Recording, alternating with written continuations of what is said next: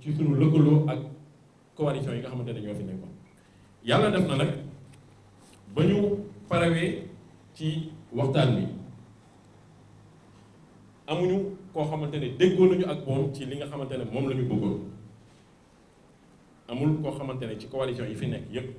pour muy leer muy Yewwi muy Benno muy keneen koo xamante ne déggoo nañu ak moom ci li nga xamante ne ñun moom la ñu bëggoon ci ay engagement yu ñu war a jël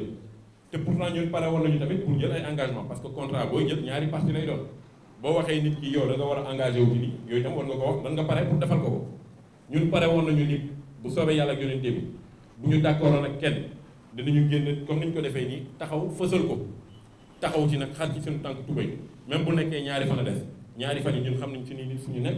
xam nañu fu ñu teg xam nañu bu ñu waxoon ak ñoom ci fulla ak fayda tegal leen lu leer ne leen lii la ñu xaatim ak ñi nga xamante ne ñoom la ñu fas yéene jàppale xam nañ ñu desuñu nit dañuy toog parce que xam nañu njeexitalu Kër Massar mu ngi ci mais loolu premier ponk ba la woon. deuxième point bi mooy pare woon nañu ni que pour que dimanche bu soobee yàlla ñëpp xam nañu élection ni muy demee heure vote dina jot nga am nga tan xam lu wala nga am lu la téye wala et cetera te man li ma gis sax gars yi neen dafa nar a taw samedi beeg dimanche bi c'est ce que j'ai vu dans la météo prévisionnelle là loolu yow ko parce que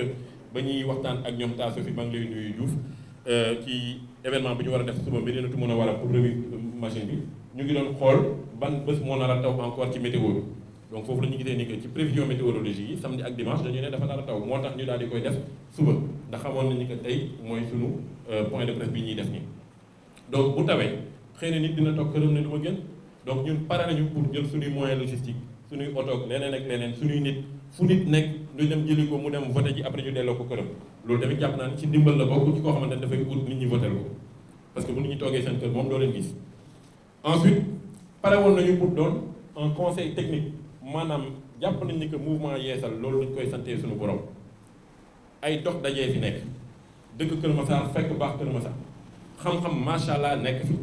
tonton Cheikh Mbacké Mbuub bii nekk sama wet pendant 15 ans jiite na recherche scientifique u Nestlé nekk Abidjan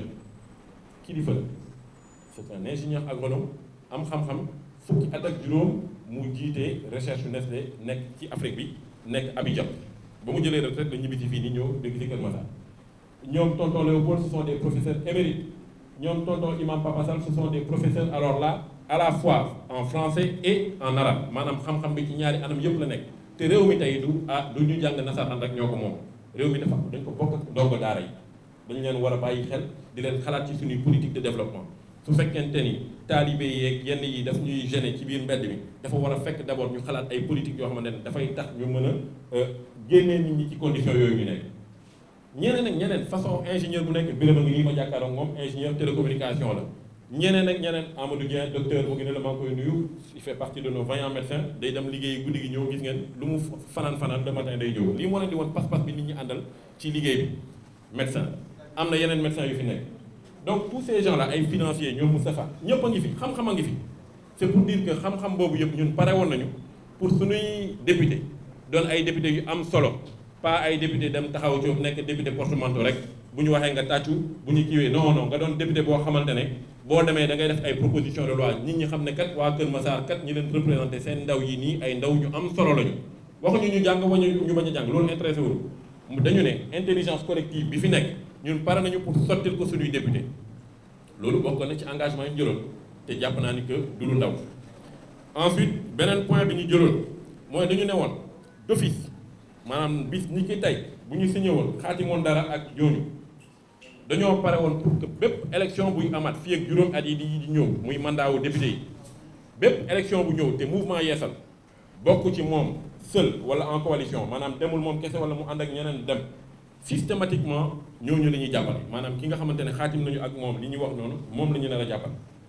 loolu tamit defe naa c'est un acquis majeur. enfin dañu pare woon pour bépp coalition boo fi gis am na leader boo gis am na lu muy wax waxam dafa laaj ñu koy jaatal donc dañu pare woon pour ñun tamit ci suñuy waxtaan fépp fu ñu nekk dinañu fexe di vulgariser maanaam di yaatal waxu kilifa gi nga xamante ne moom moo jiite coalition bi ñu naroon àndal donc lii moo nekkoon suñuy engagement defe naa ni engagement yi équilibré na donc ci kaw loolu comme ni ma ko waxee encore une fois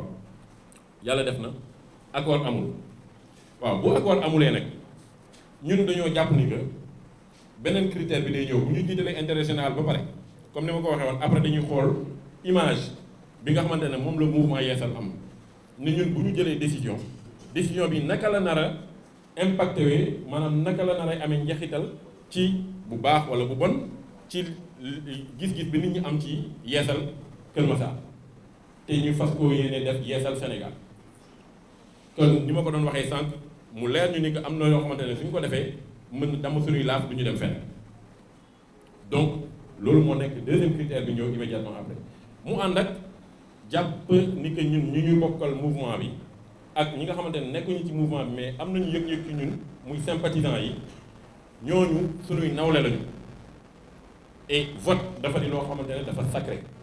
parce que lu am solo mën na jëmee réew mi fii wala mën na mel réew donc wax dëgg yàlla loolu defe naa waruñu ko foowee te c'est quelque chose de personnel parce que bu ngeen bàyyee seen lépp tey jii nii ñëw ne da ngeen ñuy déglu audio yaa ngi fii nii tout le temps président yow la ñuy déglu foo ñu joxoon foofu la loolu yëg-yëg kese la ak cofeel bu ngeen am ak gëm-gëm bu ngeen am ci li ñuy woote donc waruñu leen décevoir tamit ci suñu doxalin mais bu ñu demee ba xam ne li ñu bëggoon ci tur mouvement bi amuñu ko war nañoo am responsabilité wu delloo leen seen responsabilité yéen xam nga nag yéen a may dégg bu baax a baax taas bi jara wax na benn affaire démb defe naa ci groupe bi nee na wax amul solo dégg-dégg ko xam nga tout le temps man dama ko doon wax nag mais am na nu mu ko waxee lu gën a rafet encore quoi man wax ji ci dégg-dégg la surtout ñu ngi koy masawu au passage également parce que yàlla def na moom tamit xaw na jege di ko ñaanal donc encore une fois déglu leen bu baax li ma leen doon pour que ngeen xam ban processus lañu jaar dañoo jël baatu mouvement Yeesal bëgg ko féetale fenn parce que loolu mooy responsabilité ndax njaboot lañu dañu ne Kër Massar moo ñu ñor ñu waxtaan ak nit ñi ci ponk yi ma wax ak yéen déggoowuñu ci kàddu yi ñu ne ok lan mooy suñu responsabilité ñun dañu jàpp ni que responsabilité mooy nga bañ a ñu jox la lépp nga jël lépp puisque joxoon nañ la yow li nga bëggoon ci tuuru ñëpp mënoo ko am fexeel ba li ngay décider bu mu doon loo xamante ne dafay féewale mouvement bi ñun loolu la ñu jiital ba tax na ba ñu xalaatee évaluer lépp position officielle bi nga xamante ne mouvement Yeesal Kër Massar décidé na ko jël ci élection yii ñu jëm mooy ni que on fait ce que j'appelle le choix du libre arbitre maanaam ku nekk ne seetal boppam ci aqulaay taalaam li ko doy mu defal ko boppam tënkuñu kenn forcé wuñu kenn ndax li mënoon tax ñuy jàkkaarloog askan bi pour ñaan leen kaay leen ñu ànd dooleel kenn dafa doon fekk ñun tamit en contrepartie yu mën leen wax aha dooleel bi ñuy def dafa am njeexital bu ñuy amal mu ngi nii téye nañu këyit téye nañu loo xamante ne daf leen di firndeel ni ko am na fu ñu leen jëmee parce que bu ñu defee leneen rek dafa am leneen lu muy loolu intérêt personnel mu ngi fi man mii sama jëmu bopp am na yu bëri yoo xamante ne mu ngi fi war a dox ma war ko lijjanti mais bu ma doon jiital loolu kese du dem yàlla xam na ni bu ma doon jiital loolu kese du dem ndax xëy na dinaa ci gis sama bopp mais bu fekkente ne dama ciy gis sama bopp te projet bi man yàlla bi ma tim xam na loolu ci politique bi ma dugg nii caaxaan tax ma cee dugg de ay duggantu nii man je ne suis pas dans ça xaw ma loolu léegi-léegi tonton Cheikh wax na ko te daan naa ko wax ci meeting yi nit dayoo boo am yaa ko may sa bopp du question sa alal mooy wax li nga doon de nit laa wax de même booy xëy 1 franc CFA amuloo ko dayoo bi ngay am boo génnee ci mbedd bi ak boo nekkee ci jataay yaa ko may sa bopp boo warmalee sa bopp ñu warmal la boo mayee sa bopp cër ñu may la cër boo respecté sa bopp ñu respecté la boo tuutalee sa bopp ñu tuutal la dëggate la dem seen yoon. et Amadou. merci beaucoup. donc loolu ñun mënuñu koo nangu wax naa ko amuma dara lu ma ciy nëbb wax naa ko waxati ko nee leen ni que man ba may am fukki at ak benn laa nekk ci mbedd bi di jaayal sama yaay tombé ak may nees bi du ma ko rëccu du ma ko nëbb amul dara lu ma ciy def tey laa ci gën a fier ba yàlla yóbbu ñu toll fi ñu toll fii nii ñu koy sante suñu borom te gëm naa ni tollooguñu fenn de ndax ci yoon lañ nekk am na feneen suñu teg suñu gën ci kaw loolu encore une fois ci kaw loolu dañuy jël respecté doomu aadama yi nga xamante ne dañoo ànd ak ñoom kenn yorul suñu wërsëg tonton Cheikh dafa wax lu am solo dafa jiital valeurs yi valeur mouvement bi li ko ñëkk sàmm mooy diine personne n'est parfait kuñ fi càmbaroon say mbir dinañ gis ci yow loo xamante ne juba dina suutura yàlla nag moo tax ku nekk yaa xamal sa bopp yàlla nee na suuturaal naa leen suutural leen seen bopp donc ku nekk ci ñun xam nga ni que yow am na looy jëfee loo xamante ne wàcc nga yoon mais yaa ngi ñaan yaa ngi boo dee jullit dëgg-dëgg wala chrétien dëgg-dëgg yaa xam diine bi nga dox normalement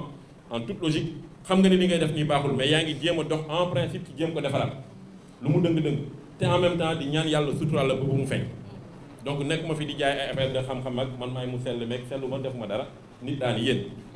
mais li ma bëgg a wax mooy ni que diine bi laa jiital ci lépp lu ñuy def diine bi moom la ñu jiital ci lépp lu ñuy def ba tax na du ñu mës a toog bay xalaat di jiital suñuy intérêt personnel wala di xalaat ni que bu ñu defee lii ñu daanu dal suñu kaw ak fii ku fi dal suñu kaw ñu xam ne yàlla moo tuddoon ni que dañu war a dal suñu kaw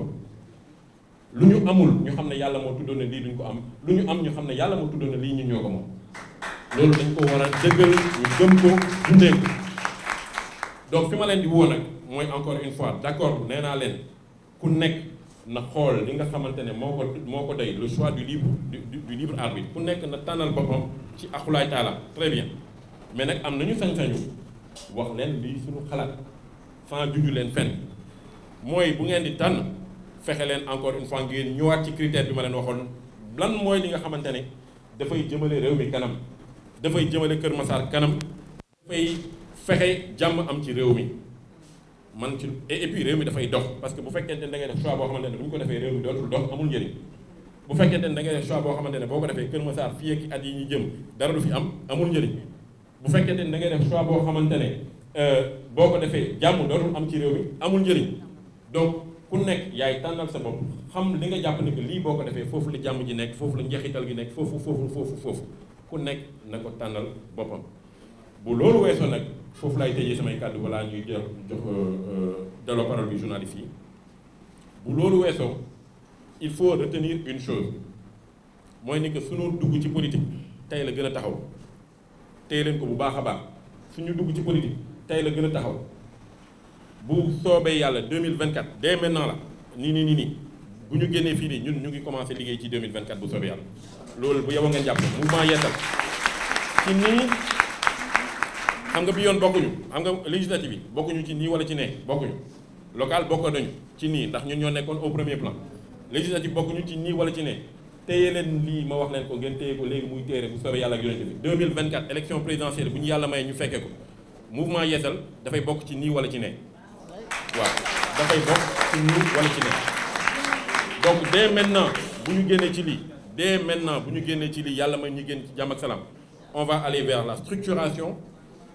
déployé wu di liggéey pour incha allahu taala 2024 lépp lu fi nar am Yeesal dafay bokk ñi koy fiy def bu soobee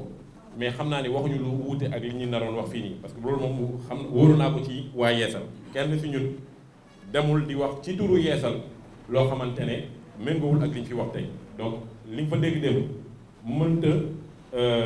li ñu koy waxee féewaloo ak li nga xamante ne moom lañ fi wax tey loolu benn boobu laay ñëkk a leeral pour dire que j'ai entièrement confiance en samay ndaw yi nga xamante ne ñoom laay yónni woon foofu démb te leer nañ fa li ñu fa wax mooy li ñu fi wax tey beneen bi ci topp mooy ni que nga ne nit ñaa ngi wax ni que rejoindre nañu Benno waaw moom mooy li ñu wax sànq ci waxtaan bi li tax ñi ressentir besoin wu taxaw fii di wax presse bi yëpp nekk fi télé yeeg rajo yeeg journal yeeg lépp c'est parce que dañu bëgg a leeral sinon bu ñu bàyyi woon mu dem rek gis nga yow ni nga ko téye nii jàpp ko ba jàpp ni que xëy na sax dëgg la noonu nga koy noonu la ko xëy na keneen di jàppe mën nga ko jàpp mu doon loo xamante ne defu la dara parce que xëy na yow Benno nga nekk mais keneen koo xamante ne mu ngi ànd ak Yeesal te wala mu ngi àndoon ak Yeesal te moom sensibilité bi feneen la féete mais bu ko déggee dina demee attends président vraiment war ma nawloowu ma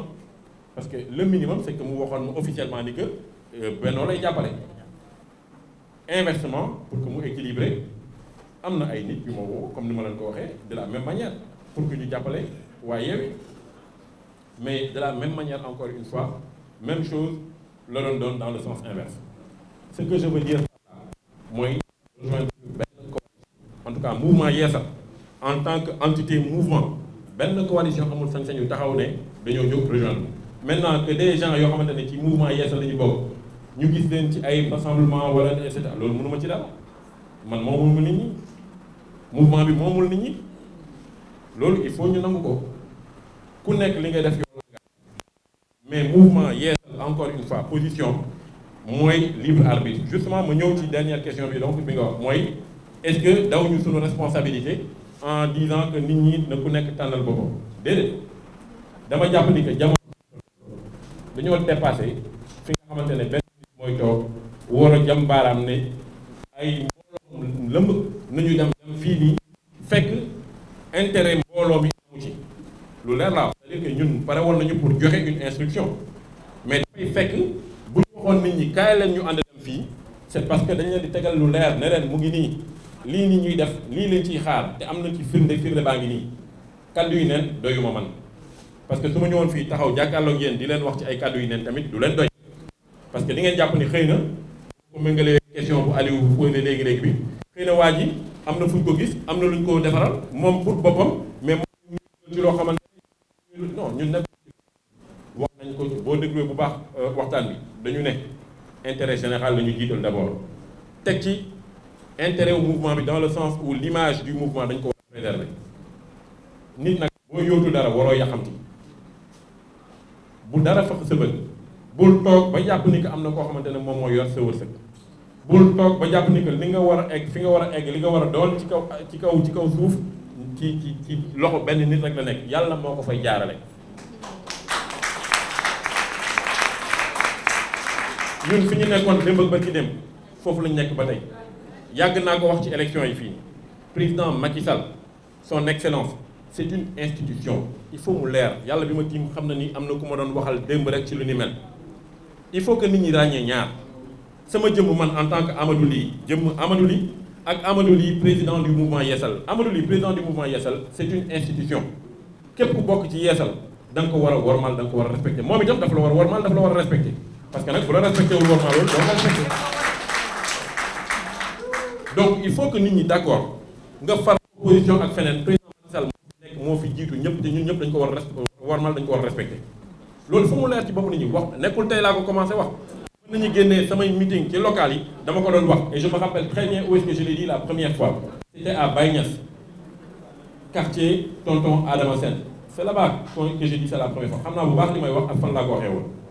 te nëbbatu wuñu woon mais fële laa ko njëkk a waxee woon parce que fii waxaan naa ko mais la première fois où j'ai été interpellé c'était à Baye Niass dans un meeting où les gens nous ont demandé woy dugg na fii génn fii il faut arrêter ça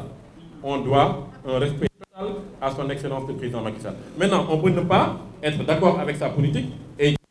ànd ak moom mais ku mu dem ànd ak keneen votel Yewwi votel Aar votel kenn forcé wul kenn mais dem gis président ça ne veut rien dire parce que ici d'abord moi je suis chef d'entreprise ça il faut le savoir ensuite tey par la grâce de Dieu je suis devenu leader politique même petit leader mais leader politique quand même ñu koy sante suñu borom mu fësal ñu génn ñu nekk en deuxième position mais donc nañu sant yàlla bu fekkente ni président am na yëg-yëg ba woo ñu ñëw toog waxtaan ak moom mais évidemment que ni ñu waxtaanee ak moom lépp mu ngi jëm ci loo xamante ne dafay jëmale comme ni ñu wax ci suñu gis-gis encore une fois donc il faut que ngeen comprendre wax ci maintenant ku mu neex nga nekk ci biir Kër Massar bi naan dem nañu waaye defe naa tey moom tey à partir de maintenant ku fi nekkati di wax ay dangaa wax yow la neex ndax ñëw deuxième élection locale mën a tax nga am sañ-sañu ne da ngaa bëgg a jiite ji réew mi léegi sax nga taxaw wax ne damaa am sañ-sañu ne da ngaa bëgg a jiite réew mi avant sax élection bi di ñëw donc loolu nekk moo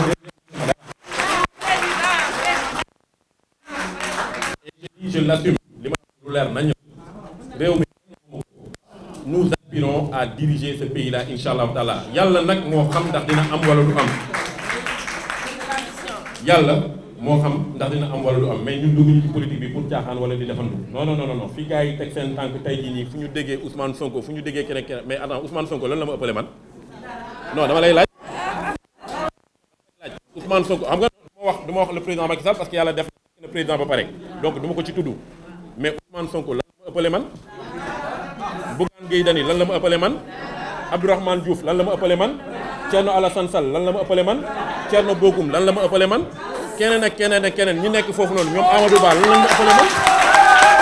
mais attends quand même Salif ku mu neex ci sa ne damay bokk pour bokk dafa am lu mu laaj xam nga lan la laaj dafa am un qu'on appelle un code électoral lan mooy sax yi nga war a respecté pour mën a bokk boo ko respecté da ngay bokk askan wi ñoom kaddu neex ku leen neex la ñuy voté loolu da nekk loolu yëpp ça ne compte pas ku mu nga jóg taxaw maintenant li